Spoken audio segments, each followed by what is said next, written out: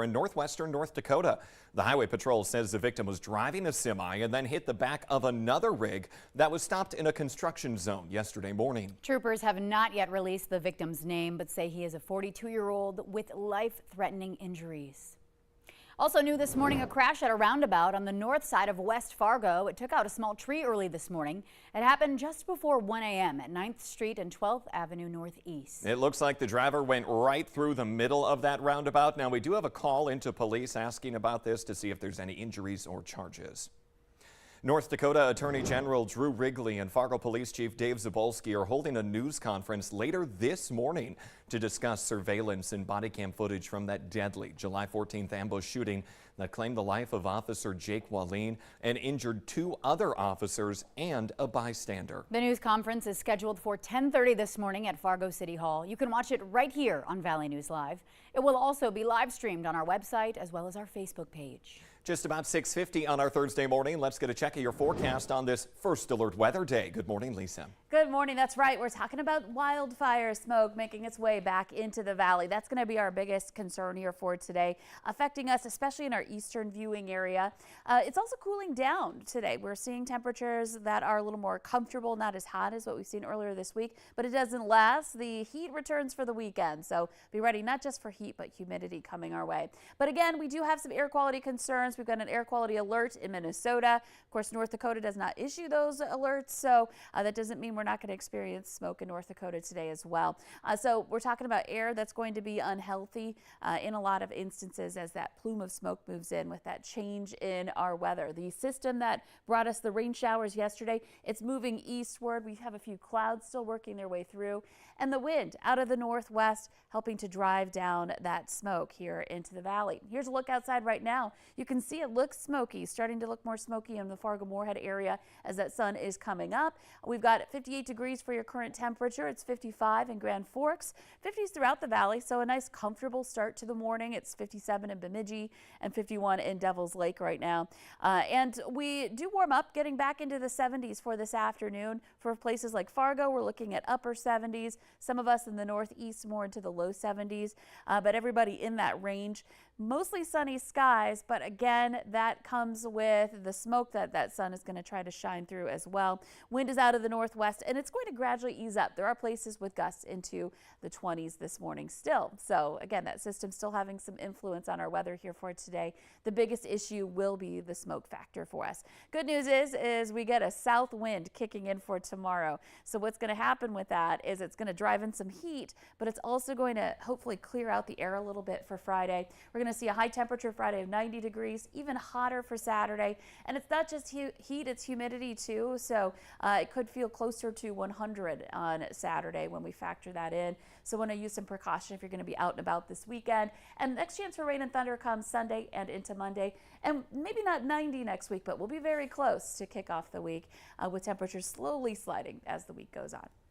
But today, Lisa, make sure you're closing those windows before you head out to work. Yeah, we've been talking about that all morning, how nice it is with the fresh air, well, seemingly fresh air, with the temperatures cooler here today. Don't want to be tempted to open up those windows with that smoke potential. Okay, thank you, Lisa. We're getting a look this morning at dramatic body cam video of a fire rescue we first told you about right here in the Valley today last week. Carver County deputies were the first on the scene of a house fire. It was in Waconia last Wednesday. That's where 4 people were trapped in a burning home. Now, this body cam video shows one officer running around that home to find where the family is, and then they catch a child that was tossed from a second-story window. A second child is then dropped to the ground, and both parents jump from the second story. Everyone was rushed to the hospital. Thankfully, they've since been released. One man is in jail accused of sexually assaulting a teenager at Island Park in Fargo last week. Court documents allege that Cameron Starr fondled a 15-year-old girl on a slide and then sent her a message telling her not to tell anyone. That victim showed that message to an adult who Starr also allegedly assaulted as well, causing that adult to dislocate her finger when she fought back. Starr is also accused of stealing nearly $3,000 from that woman. We're hearing disturbing details on the criminal case against a former West Fargo elementary school principal who's now charged with possessing and sharing child pornography. Prosecutors allege the images include photos of children that he knows, and some of the children are as young as 5 years old. 39-year-old David George is facing charges of promoting or directing an obscene sexual performance by a minor and possession of child pornography. Investigators say an Instagram account was traced back to David George's home, and court documents say that George was sharing those illegal photos with other users. Following his arrest on Monday, George resigned as principal at Independence Elementary School. Prosecutors say the fact that George resigned and that he had conversations about selling his home and pulling his children from school make him a flight risk. That's a suggestion George denied in court yesterday. My first and only priority right now is my family, my wife, and my children. And the only thing I can think of is, while sitting here the last couple of days, is how to best protect them. The judge set bail for George at $250,000. Our latest check earlier this morning shows that he is still in jail. Fargo's Liquor Control Board is getting to look at a new liquor cap. Now, some people say the cap may be preventing new ideas from coming to the area since they wouldn't fit the mold of licenses that are currently available in the city. The board agreed to speak more on it during the next meeting with the city auditor, bringing more information for the board to review before they make a motion.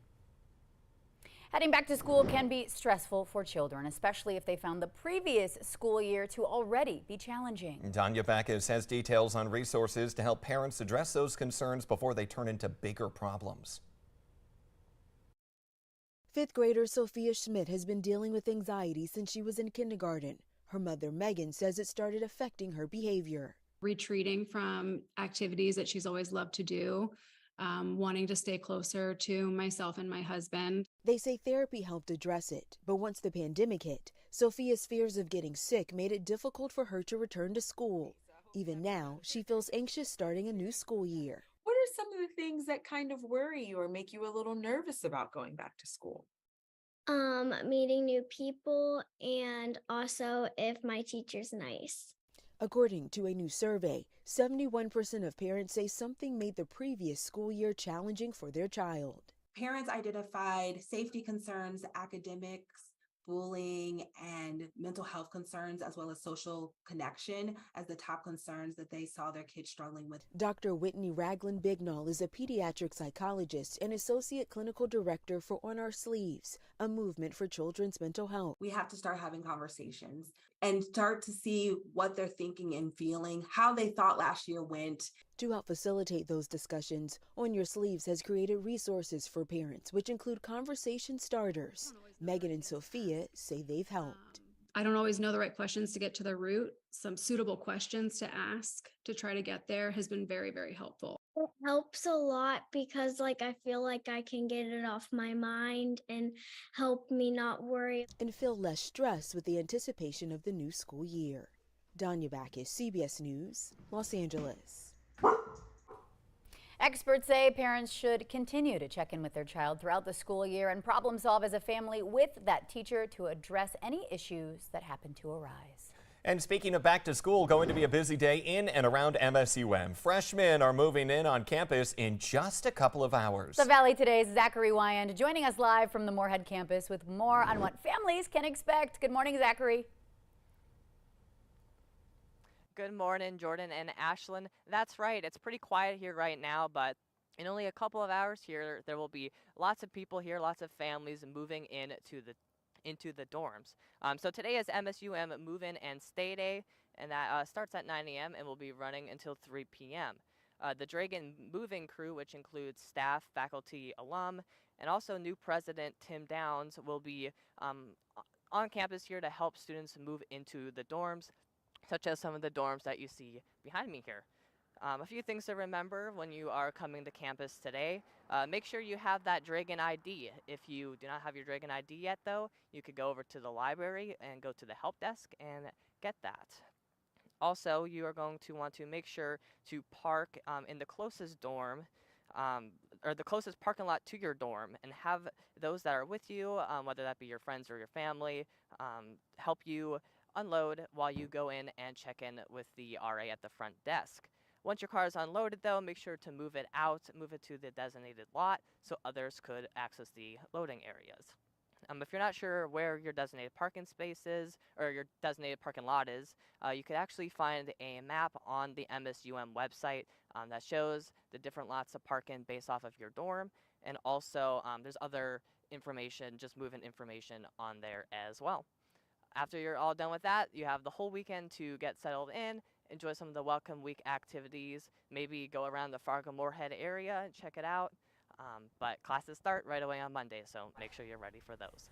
Yeah. Reporting live in Moorhead, Zachary Wyan, Valley News Live. Great information this morning, Zachary. I love how you said it's calm right now, but we know the chaos will ensue as move-in gets underway.